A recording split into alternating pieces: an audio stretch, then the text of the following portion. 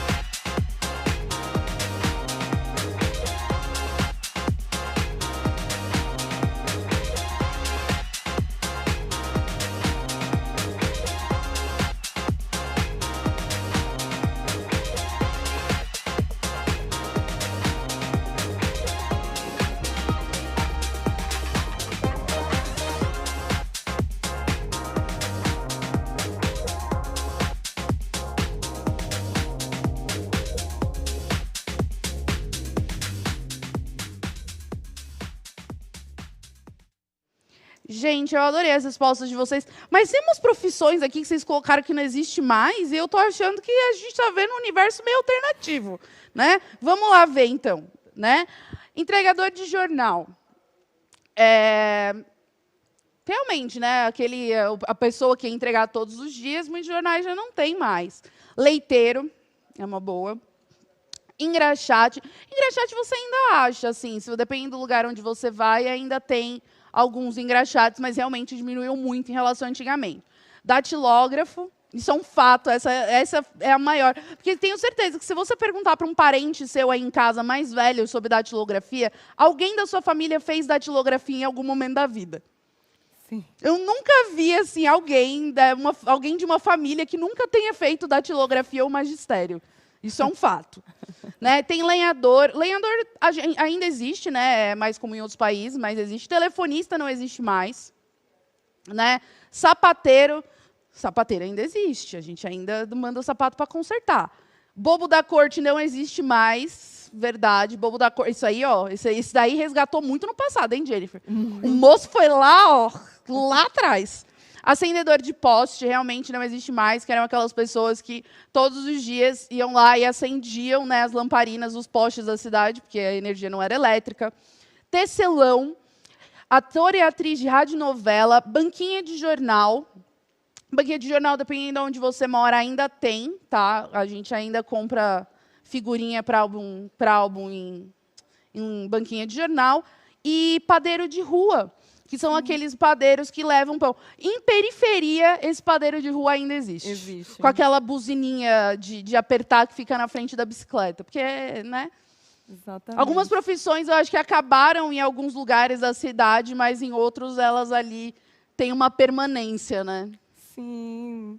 É interessante, né, quando nós falamos alguns aspectos do passado que traz uma memória afetiva, né? Muitos professores aqui falaram, eu fiz sim curso de datilografia, né? E aí outras pessoas estão dizendo, e ainda tem letreiro. Então é isso, né? que eu ia falar. Aqui na minha cidade, é verdade, existe uma transformação, e como essa transformação é lenta, né, e determinados desenvolvimentos de produção de serviços, né, nas cidades e, né, nos espaços do interior, tem uma velocidade diferente, tem um modo de vida diferente, né, então nós ainda temos essa relação, né, entre o moderno e o antigo. Tem vários professores que falaram que fizeram datilografia e magistério, eu achei maravilhoso. Né? Sim. E um professor aqui, o professor João, escreve para mim no chat, professor, qual é a sua cidade, porque ele falou que na cidade dele realmente ainda tem leiteiro. Então, eu quero saber onde é. Muito bom. Essa memória, né, é para trazer uma reflexão, né, tanto dentro dos colegas professores, com a sua experiência, e com os alunos, para pensarmos juntos como as profissões e como o trabalho está relacionado com a história e com o desenvolvimento das tecnologias. Nós estamos vivendo, né, em uma época e existe o desenvolvimento das profissões também. Agora eu vou colocar um slide para vocês sobre as mudanças nas exigências de habilidades no trabalho. E o exemplo que eu trouxe é sobre observar as transformações na busca de um anúncio da profissão de secretária. E veja, com base em uma pesquisa sobre anúncios da década de 70, 90 e 2010, nós temos as seguintes buscas, né? Procura-se secretária com formação na área, com boa aparência e que tenha datilografia. A candidata deverá apresentar-se em determinado endereço. Já na década de 90, olha como esse chamado mudou.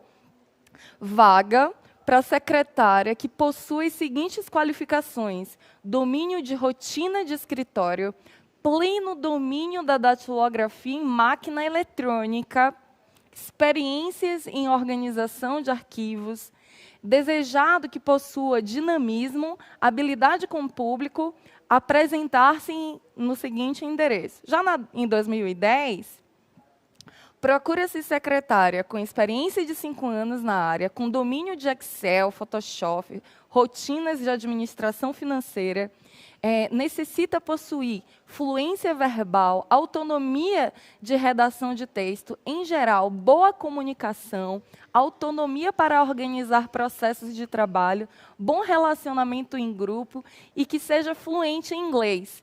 Enviar currículo para os recursos humanos. Vejam. Não, o moço ali também não quer mais nada, né? Exatamente. Essa relação, né, com a busca de emprego mudou bastante. Conta aí para a Fabi qual é a diferença que vocês percebem entre esses chamados na década de 70, na década de 90 e em 2010. Você vê que as exigências sobre ocupar uma função de trabalho, ela foi mudando, né? Por exemplo, na década de 70, uma das exigências é boa aparência. Será que isso seria possível hoje? Né? Dentro de qual dimensão de preconceito um trabalho que chame através como a competência, uma das habilidades seja ser de boa aparência. O que será que isso significa? Na década de 90, já exigia assim, alguns aspectos do desenvolvimento, da datilografia eletrônica, mas em 2010, vejam, os conhecimentos são polivalentes. Né? As pessoas elas não precisam apenas saber fazer, elas precisam ter experiência, elas precisam ter acesso a um determinado curso de informática, de inglês, e terem uma boa comunicação, uma resiliência, uma autonomia. Essas mudanças e essas exigências no trabalho dizem respeito ao contexto de desenvolvimento industrial, contexto de desenvolvimento tecnológico, em que a sociedade ela vai passando. Ó, aqui colocaram umas coisas bem legais. Teve uma aluna, meu amor, passou seu nome correndo, eu não consegui ver, mas que ela falou, acho que eu não tá rolando nem ser secretária. Estamos na mesma situação, porque se depender de tudo isso aqui, acho que nem a gente. Exatamente. Nem a gente vai para lá. E alguns colocaram aqui. Ana Paula falou que, com o passar do tempo, se exige mais qualificação, se distanciando do estereótipo. E o Hugo, que eu achei bem legal, ele falou de exigências maiores e salários e poder de compra menores. Né? A Beatriz falou que as exigências... não vai sair, pera. Exigências passaram a ser técnicas, né? Que foram aumentando ao longo dos anos. Que o Thales falou que às vezes... Eu não vou conseguir falar, mas nos anos 80, né, em comparação ao 2010, o 2010 ele pede uma qualificação mais específica do que pede nos anos 80. E é exatamente isso que a gente queria que vocês tivessem aí o pulo do gato. Justamente, as coisas ficaram mais especializadas. E essa especialização, ela gera uma série de desafios. Né? Então, nesse novo slide que vocês vão ver na tela, sobre ainda essas questões das transformações das ocupações, vejam essa foto histórica aqui interessante. Né? Nós não enxergamos mais profissões que tenham esse aparato tecnológico, não é? Porque nós desenvolvemos a datilografia, o secretariado, então, telegrafistas. Né? Então, o telegrafista, a pessoa que realiza a datilografia, ela cedeu espaço, por causa dos avanços tecnológicos, para a secretária executiva, o web design, né? Por causa desses desenvolvimentos na indústria, no setor de serviços, e isso gera, consequentemente, um impacto no mercado de trabalho. Pensando sobre isso, a pergunta que nós vamos fazer para vocês agora é: o trabalho é algo importante em nossa sociedade? Vocês já foram perguntados sobre o que você vai ser quando crescer? Para que curso você vai prestar vestibular? Que profissão você gostaria de exercer? O que significa desemprego na vida das pessoas? Por que as pessoas ficam desempregadas? Comecem a relacionar a profissão que vocês gostariam de ter, as exigências sobre aquilo que esperam que vocês já saibam sobre a profissão e o vestibular, e se vocês consideram que o mercado de trabalho ele está absorvendo as pessoas, né, que nós vamos desenvolver isso ao longo da aula. Nós vamos dar 2 minutos, porque são bastante perguntas. Vamos lá, gente.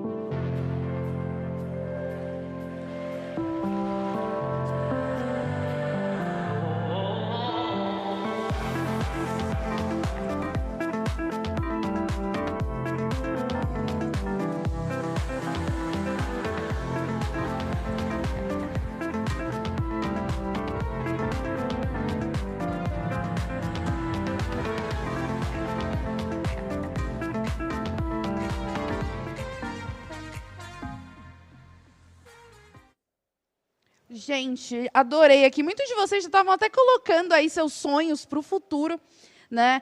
Então, aqui, teve alguns comentários muito legais. Por exemplo, antes da interação, o Thales falou que ele tem uma família de professores, que é todo mundo professor, e que todo mundo é datilógrafo também.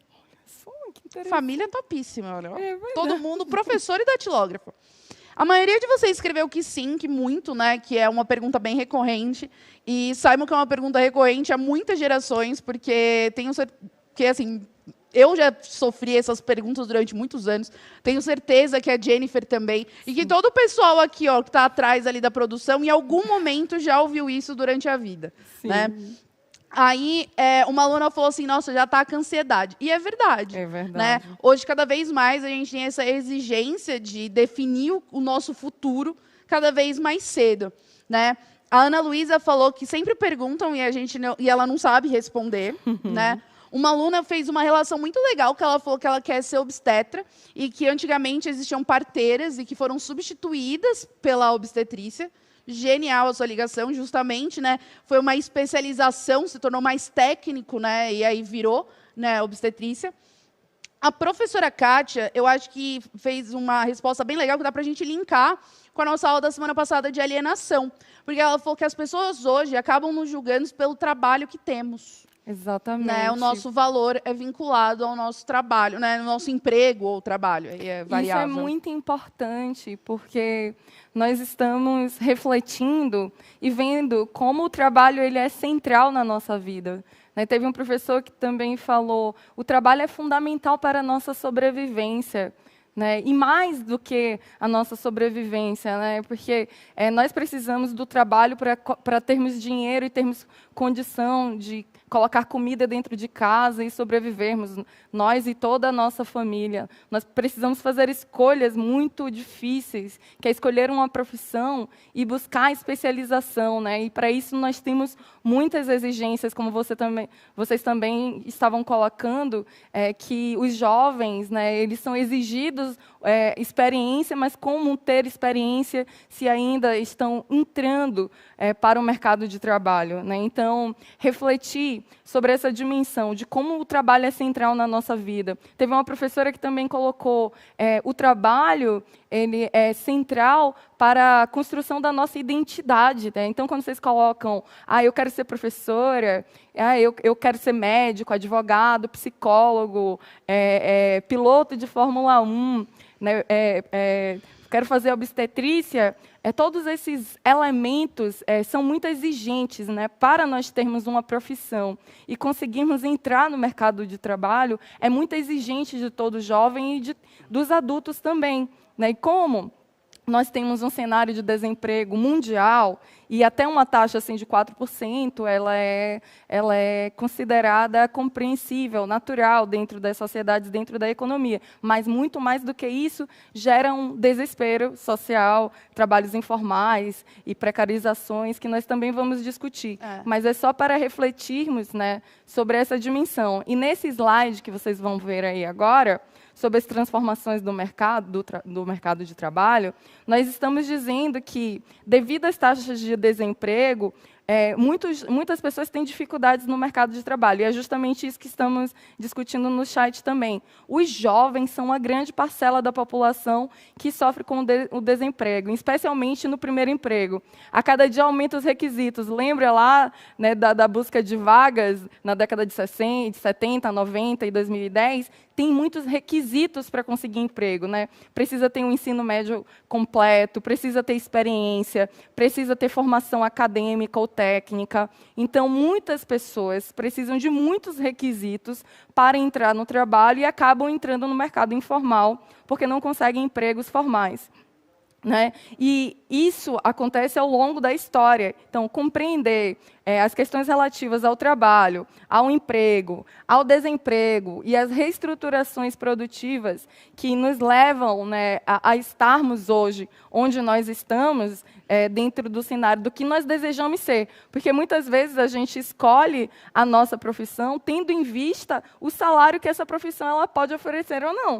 Isso é uma coisa que eu li aqui no chat, que eu acho que é válido. Né? Alguns de vocês falaram assim, eu queria ser tal coisa e eu não sei se vai dar certo.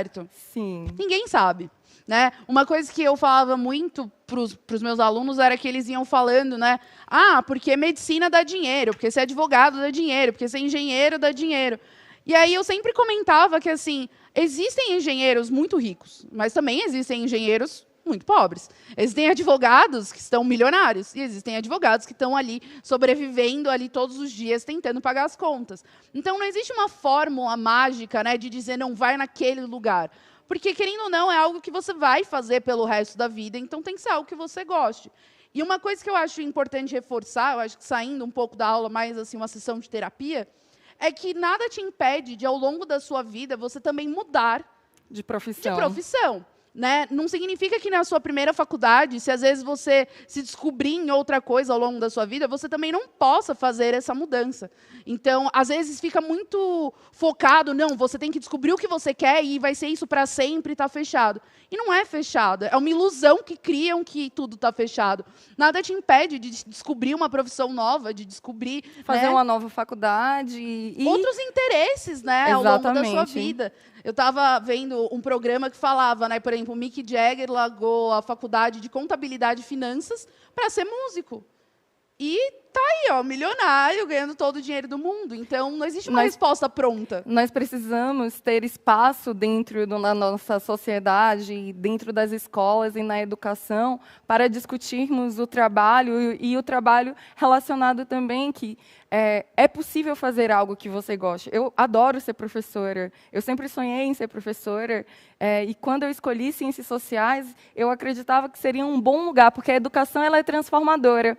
E como a educação transforma, amplia, abre portas para que a gente consiga ver o mundo de outras formas, nos transformar e transformar também outras pessoas, é algo que é muito importante para mim. As condições de trabalho poderiam ser melhores e estamos lutando ao longo da história para isso, mas ser professora é algo que me faz muito feliz. Agora eu gostaria de falar para vocês que a professora Miriam, entrando bastante nesse aspecto, ela disse que o trabalho é uma parte tão grande das nossas vidas que muitos não conseguem se definir nem sem citar o seu trabalho, né? Então, é exatamente a nossa identidade, ela está relacionada ao nosso trabalho. E agora eu gostaria de mostrar para vocês um slide muito importante, dentro de uma pesquisa do IBGE, né, e dentro da especificidade da Pesquisa Nacional por Amostra de Domicílio Contínua, para falar sobre desemprego, né, que é um dos nossos temas aqui.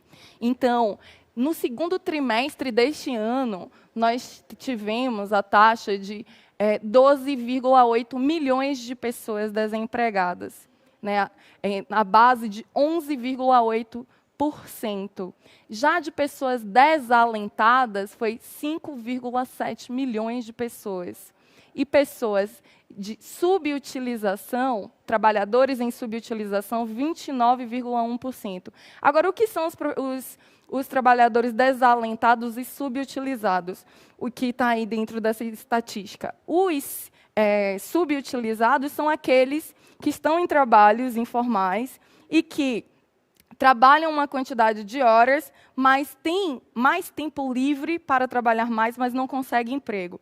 Já os desalentados, gente, que são quase 6 milhões de pessoas, são pessoas que há mais de 2 anos estão procurando emprego formal e desistiram. O desalento desanimaram, perderam as esperanças, porque o mercado de trabalho não conseguiu absorver essas pessoas e elas estão tentando sobreviver de outras maneiras. Outro aspecto importante sobre esse tema do desemprego é que a taxa de desemprego no Brasil e nas regiões, nesse segundo trimestre também, nós podemos ver no gráfico que a maior taxa está no Nordeste e no Sudeste, como vocês veem aí. E é bom lembrar também, falando sobre emprego e desemprego, os setores de produção, né? Então, quando nós falamos da população economicamente ativa, as pessoas que estão trabalhando, né, e nós estamos pensando em 3 setores de produção. O setor primário, que envolve a agricultura, a pecuária e o extrativismo animal e vegetal. O setor secundário, que pega essa matéria-prima do setor primário, né, essas commodities, e transforma na indústria, né, que tem como base também o setor secundário, a construção civil, e também nós temos o setor terciário, que é o setor de serviços, que é o maior setor que nós temos dentro do desenvolvimento do trabalho no Brasil, que envolve os trabalhos relacionados aos professores, advogados, trabalhadores informais, no comércio. Então, é muito importante a gente entender essa estrutura de que existem trabalhadores no campo, existem, por exemplo, o extrativismo, o pescador é um extrativista, está dentro desse setor primário. Quem trabalha na indústria está no segundo setor. Eu e Fabiana, nós estamos no terceiro setor, que é no setor de serviços, de atendimento, do turismo, das questões relativas à informática, que é um setor que cresce muitíssimo dentro da zona da área do mercado de trabalho. E agora, gente, eu vou mostrar para vocês, porque pensando nas transformações do trabalho, pensando sobre essa nossa necessidade de colocarmos o trabalho dentro de uma centralidade da nossa vida, é importante que a gente lembre que o desenvolvimento das tecnologias influenciam na conquista de situações de cargos, ocupações, e que envolve a economia do país, o setor industrial. Então, lembra que nós falamos sobre reestruturação produtiva, Fordismo, Toyotismo? Agora eu vou passar 2 vídeos para a gente ver como o trabalho mudou dentro da indústria. O primeiro é no cenário das indústrias automobilística da Ford. Vocês vão ver aí.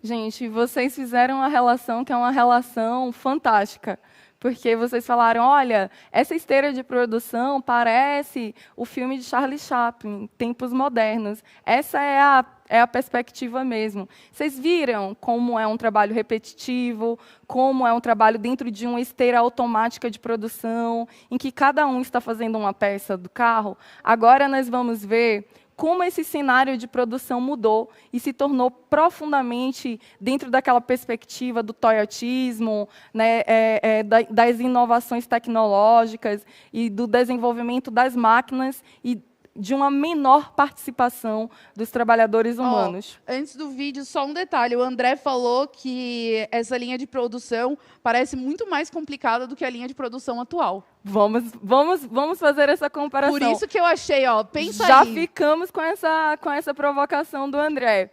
Olha para a linha de produção da Ford, que vocês acabaram de ver, e agora nós vamos ver uma linha de produção dentro de uma lógica automatizada. Vamos colocar aí, e aí na volta vocês me dizem qual é a mais complicada, tá bom? Vamos rodar o vídeo.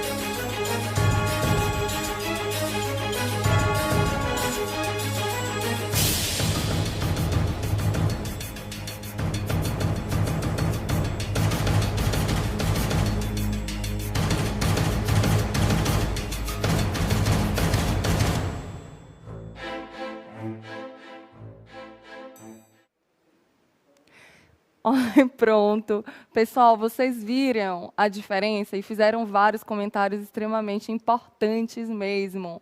E agora nós estamos vendo, dentro daquela dimensão das discussões que nós fizemos, né, em algumas aulas passadas, sobre os modos de produção, sobre a reestruturação produtiva. E a reestruturação produtiva, gente, é quando o capitalismo, né, dentro de uma lógica da produção e da produção de lucro e da exploração do trabalho, desenvolve uma série de tecnologias para aumentar a produtividade e, inconsequentemente, aumentar o lucro também. Nós passamos de atividades, né, manufaturadas, né, para as atividades industriais. E aí vocês percebem o desenvolvimento dessa tecnologia no primeiro vídeo do Ford, que vocês falaram que era mais complicado, e depois nós vimos dentro de um processo de automação. Então, dentro dessa perspectiva da reestruturação produtiva, cada pessoa tem uma função, essa função é repetitiva, tem um tempo de trabalho, né, e esse tempo regulado pelo gerente, né, essa regulação, quanto mais o trabalhador produz, mas ele tem uma bonificação que não é acrescentada ao salário dele, mas é uma bonificação por trabalho. Em compensação, já eu vou colocar o slide aí para vocês lembrarem da produção da Ford, né?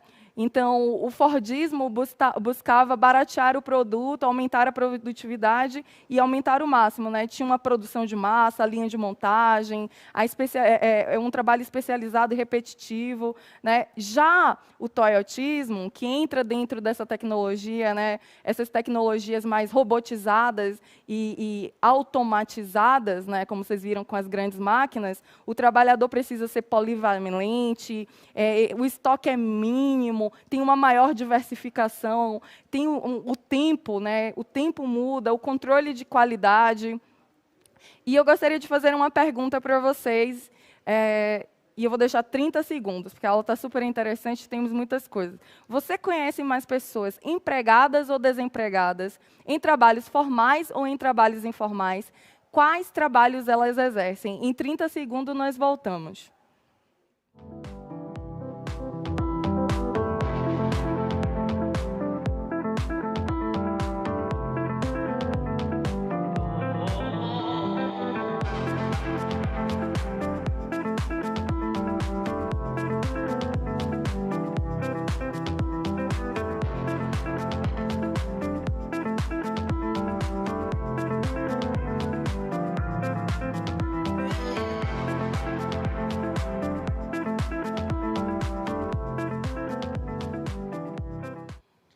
Gente, na verdade, as respostas de vocês estão meio misturadas aí, né?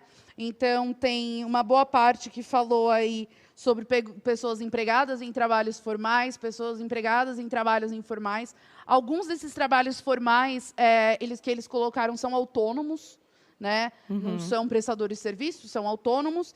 E muitos de vocês também colocaram a questão do desemprego, né? Que, como vocês já tinham falado antes, a pandemia realmente veio aí acentuar o índice de desemprego. E eu acho que, assim, em relação ao vídeo, teve alguns comentários aqui que eu pesquei que foram muito bons, viu, Jennifer? Alguns falaram que do primeiro vídeo parecia um trabalho coreografado e repetitivo, né? O Carlos falou que hoje os funcionários quase não têm muito trabalho e a produção é mais rápida. Mas aí é o quê? Será que ele não tem muito trabalho ou ele só não tem mais trabalho braçal, mas ele foi substituído por outro tipo de trabalho? Fica aí o questionamento para você. Perfeito. O Anthony falou de menos operários. A Johanna falou que trabalha em montagem e hoje é mais prático e mais rápido. Mas o Davi falou que realmente hoje é mais eficiente, mas reduz os empregos e as pessoas precisam de trabalho. Perfeito, gente. Olha, essas relações, é interessante, né? Como a vida em movimento, em que o vídeo permite, né? Faz com que a gente veja e a gente consiga refletir o tema do trabalho de uma maneira em que a gente sente mais essa realidade. Como a sociologia, ela permite com que a gente tenha um olhar mais crítico sobre relacionar a nossa vida, aquilo que nós desejamos enquanto trabalho, e contextualizar a nossa vida enquanto indivíduo dentro de uma sociedade dentro de um contexto econômico, político e social, né? E como a arte ela ajuda a gente a refletir também, quando vocês olharam para a linha de produção como uma dança. É uma dança difícil de dançar, mas ela tem uma beleza também, que é gerar a possibilidade de sobrevivência para a gente. Em relação ao aspecto, vocês falaram muito que vocês conhecem mais pessoas desempregadas do que empregadas, e eu vou colocar um slide aí para a gente fazer um fechamento, já caminhando para o fechamento. Então, nós vivemos dentro da atualidade com esses desenvolvimentos tecnológicos e a gente tem a definição de desemprego, né? Que é uma situação em que não existem vagas remuneradas suficientes para o total de trabalhadores disponíveis que estão em busca de emprego em uma sociedade. E, embora seja um problema que sempre existiu, na atualidade, são muitos fatores que agravam essa situação de desemprego. A flexibilização é isso, essa flexibilização e precarização é a diminuição de trabalhos que tenham direitos trabalhistas garantidos, né? Segurança no trabalho. E a terceirização, pessoal, é quando uma empresa transfere parte da sua produção para uma outra empresa chamada terceira, o que torna a situação de trabalho mais vulnerável.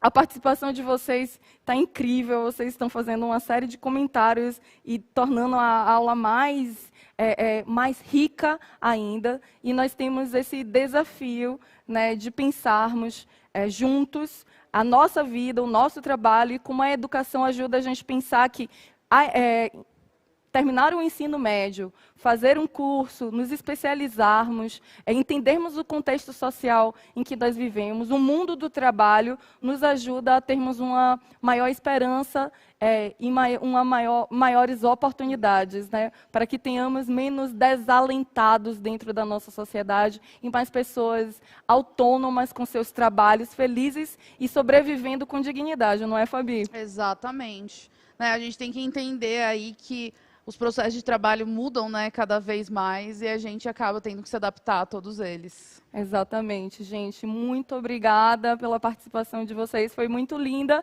Avaliem a aula e digam o que vocês acharam, que nós estaremos juntos na próxima semana. Agradeço aí. E boa sorte para o aluno que colocou que tem uma entrevista de emprego amanhã. Ó. Boa sorte para você. Exatamente. Boa sorte, querido. Tchau, pessoal. Obrigada.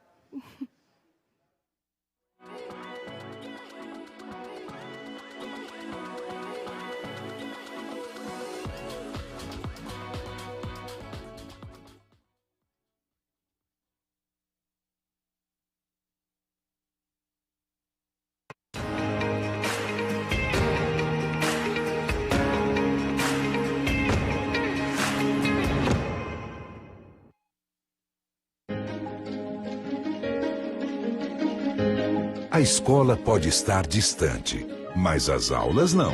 Por isso, o governo de São Paulo criou um aplicativo online de aulas com chats para todos os estudantes da rede pública de ensino durante a quarentena. O acesso à internet é gratuito e você ainda pode assistir às aulas ao vivo nos canais digitais da TV Cultura. Baixe o aplicativo e estude.